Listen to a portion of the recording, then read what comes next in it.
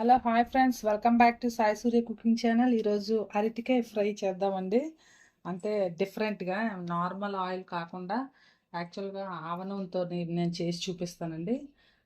Mustard ఆయిల్తో కూడా చేసుకుంటే చాలా బాగుంటుందండి. ఇప్పుడైతే నేను ఆవకాయలో ఆయిల్ ఉంటుంది కదా, ఆ నూనెతో వేసి ఫ్రై చేసి చూపిస్తాను. ప్రాసెస్లోకి అయితే వెళ్దామండి. ముందుగా వీటిని మనం చెక్కుకొని నీట్గా తొక్కంతా కూడా పీల్ చేసుకుందామండి.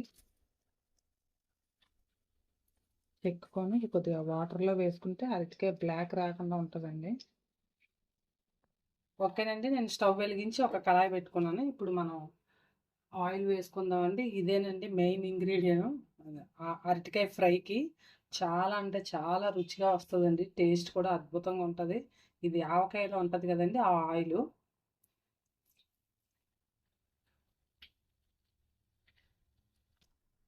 ఓకేనండి, ఆయిల్ హీట్ ఎక్కింది కదా, ఇప్పుడు మనం మినపప్పు, ఆవాలు, జీలకర్ర వేసుకుందాం. మస్టర్డ్ ఆయిల్తో కూడా చేసుకుంటే చాలా బాగుంటుందండి. ఆవకాయ నూనెతో చేస్తే ఇంకా టేస్ట్ బాగుంటుంది. మీరు ఒకసారి ట్రై చేశాక అప్పుడు మీరే అంటారు చాలా బాగుందని. నెక్స్ట్ ఒక 2 ఎండుమిరపకాయలు వేసుకుందామండి. అలాగే కొద్దిగా కరివేపాకు.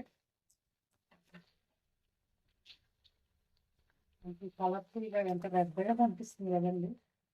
అలాగే ఒక 3 పచ్చిమిరపకాయలు, ఒక 2 ఉల్లిపాయలు కట్ చేసి పెట్టుకున్నానండి. ఇవి కూడా వేస్తాను.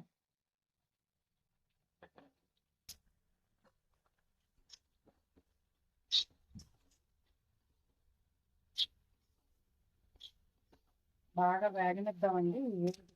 కాసేపు వేగాక అప్పుడు మనం అల్లం వెల్లుల్లితో పేస్ట్ వేస్తాం.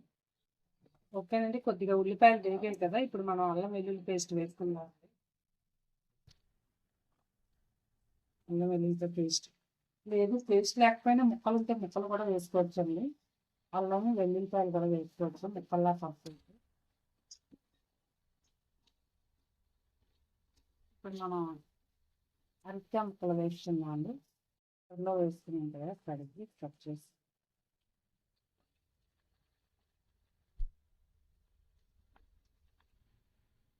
ఓకేనండి. బాగా కొంచెం కలుపుకొని కొద్దిగా పసుపు వేసి కలుపుకున్నామండి. పసుపు వేసుకున్నాం.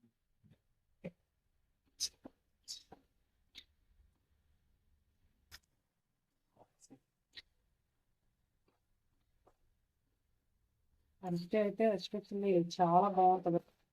ఒకసారి మనం పసుపు వేసుకున్నాం కదా, యాక్చువల్గా ఇది రాబాన్ అని అంటారు కదండి, అది పచ్చిది కదా. అరటికాయ, ఈ అరటికాయలో అంటే తినడం వల్ల బాగా హార్ట్ ప్రాబ్లమ్స్ అవి అంటే హార్ట్కి కూడా చాలా మంచిదండి. నెక్స్ట్ ఎస్పెషల్లీ విటమిన్ సి కూడా ఉంటుంది.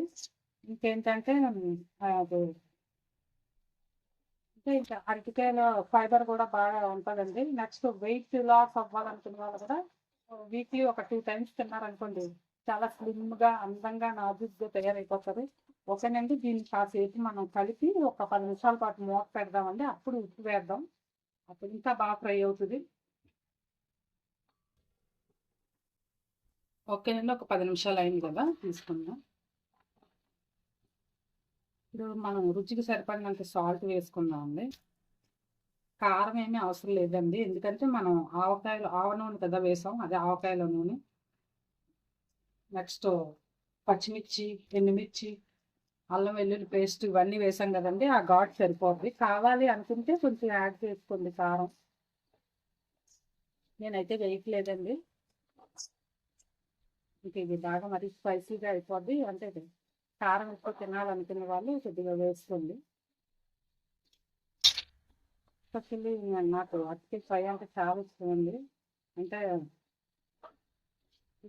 ఇది రైస్లోకి మనం సాంబార్ ఏదైనా తెచ్చుకుంటే, పప్పుచారు కానీ, చక్కగా ఫ్రైడ్ పాపడాలు ఇలా అరటికాయ ఫ్రై పెట్టుకొని తింటే చాలా రుచిగా, చాలా ఎక్సలెంట్గా ఉంటుందండి. కలుపుకున్నాం కదండి, ఇప్పుడు ఇంకొక 10 నిమిషాలు పెట్టుకుందాం అండి. అలా అయితే మనకి అరటికాయ బాగా ఫ్రై అయిపోద్ది. మూత పెట్టుకున్నాము. ఓకేనండి, 10 నిమిషాలు అయింది కదా, వేగిపోయిందని చూద్దాం. ఫ్రై అయిపోయిందండి. మనం